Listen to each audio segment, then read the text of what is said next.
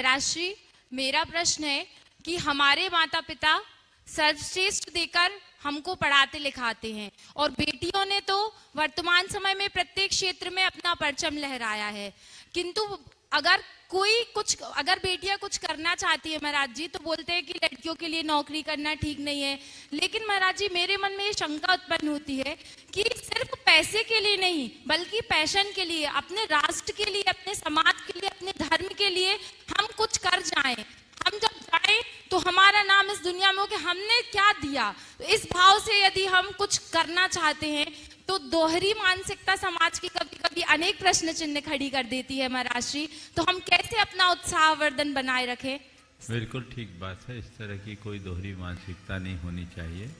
और लड़कियां यदि पढ़ लिख करके देश के लिए कुछ करना चाहती है तो उन्हें अवसर देना चाहिए। पर एक सवाल करता हूँ, कोई लड़की एक माँ बनकर एक अच्छे परिवार की मुखिया बनती है और एक योग्य संतान को जन्म देकर एक अच्छे नागरिक को तैयार करती है, क्या ये देश के निर्माण का कार्य नहीं है? इसे कमतर क्यों आंका जाता है? आज की पढ़ी लिखी बहनें इस बात को कम क्यों आंकती? नारी को नार्योचित कर्तव्यों से ओतप्रोत रहना चाहिए। वो कला और गुणों में आगे बढ़े। हमारे तीर्थंकर भगवंतों ने तो ब्राह्मी और सुंदरी को पहले पढ़ाया, भरत और बाहुबली को बाद में। अक्षर और अंक का ज्ञान जो हम आप सबको मिला है वो ब्राह्मी और सुंदरी के बदौलत ही मिला है। भरत बाहुबली को तो नृत्य शास्त्र और अस्त्र शास्त्र की विद्या भगवान ऋषभ देव ने दी। तो अलग अलग विद्याएं दी, लेकिन ब्राह्मी सुंदरी को पढ़ाने के बाद कभी रण में जाने की बात नहीं की। समझ गए? कला गुणों में निपुण होना अच्छी बात है, और जब जरूरत पड़े तो उसे अपने अपने परिवार के लिए, समाज के लिए और देश के लिए समर्पित होते हुए स्वयं को साबित भी करना चाहिए। लेकिन एक बात सदैव ध्यान रखें कि हम जो भी करें अपने घर परिवार की जिम्मेदारी को प्रमुखता देते हुए, उनके निर्वाह के साथ यदि कुछ करा जाए तो कोई हानि नहीं। लेकिन कहीं ऐसा ना हो कि उनके चक्कर में परिवार के प्रति हमारा दायित्व ही खत्म हो जाए। समझ गए?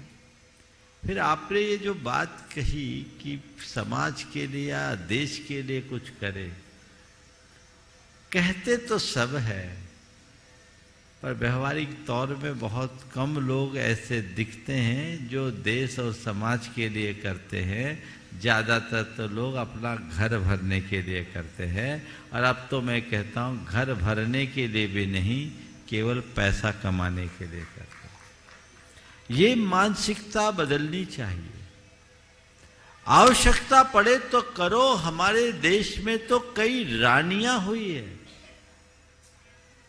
जिन्होंने राज सत्ता को संभाल कर देश को अच्छा नेतृत्व दिया है, चाहे रानी दुर्गावती हो, चाहे लक्ष्मीबाई हो, और जैन परंपरा में चाहे शांतला हो, अतिमब्बे हो।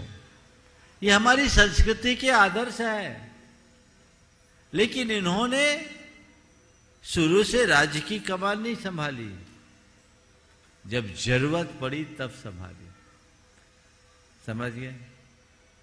तो ये चीजें हमें समझना चाहिए और उसी परंपरा का पालन करके आगे बढ़ना चाहिए। अब एक बात मैं कहता हूं, थोड़ा मेरी बात से हो सकता है बहुत लोग असहमत हों और मुझे ऑर्थोडॉक्स भी कहते हैं, पर मैं उसकी परवाह नहीं करता। एक तरफ आप सबके चिंतन के लिए ध्यान खींचना जरूर चाहता हूं। पूरे प्राणी जगत में जो जो प्राणी समूह में रहते हैं उन पर नजर डालो। हाथी समूह में रहता है, नेतृत्व कौन करता है? नेतृत्व कौन करता है? हथनी की हाथी? हाथी करता है। लेकिन पूरा संरक्षण कौन देता है? शेर के ग्रुप में कौन करता है? शेरनी की शेर। सबसे ज्यादा शिकार में अग्रणी भूमिका किसकी होती है? थोड़ा निकट से देखो। सारा कर्म तो शेरनी करती है, पर लीडर कौन होता है? अब बताओ, वहां ये डिस्क्रिमिनेशन कहां से आया? हम मान लिए कि मनुष्यकृत डिस्क्रिमिनेशन है, पर वहां किसने किया? ये प्रकृति प्रदत्त व्यवस्था है। मैं इस बात के लिए पूरी तरह से कहना से सहमत हूं कि नर और नारी में किसी को कमतर नहीं आंकना चाहिए, नारी को नर से कम नहीं समझना चाहिए। लेकिन ये बात भी मैं दोहराना चाहूंगा कि नारी को नर बनाने की कोशिश भी कभी नहीं करना चाहिए। नारी को नारी रहने देना चाहिए, नर नहीं बनना। क्योंकि समाज में जितने नर की जरूरत है, उससे कहीं ज्यादा नारी की जरूरत है। इसलिए नारी नार्योचित गुणों से मंडित होते हुए नारित्व को के गौरव को बढ़ाए, उसकी पहली प्राथमिकता ये होनी चाहिए। लेकिन बदले हुए परिस्थितियों में देखने में ऐसा मिलता है कि अब नारियां नारी बनने में नहीं, नर बनकर पुरुषों के बराबरी में अपना काम करने में ही अपना कौशल समझती है। लेकिन उसका दुष्परिणाम ये दिखता है, नारी नर बन नहीं पा रही है और नारी रह नहीं पा रही है। उसकी दशा न इधर की न उधर की, जो कतई उचित नहीं।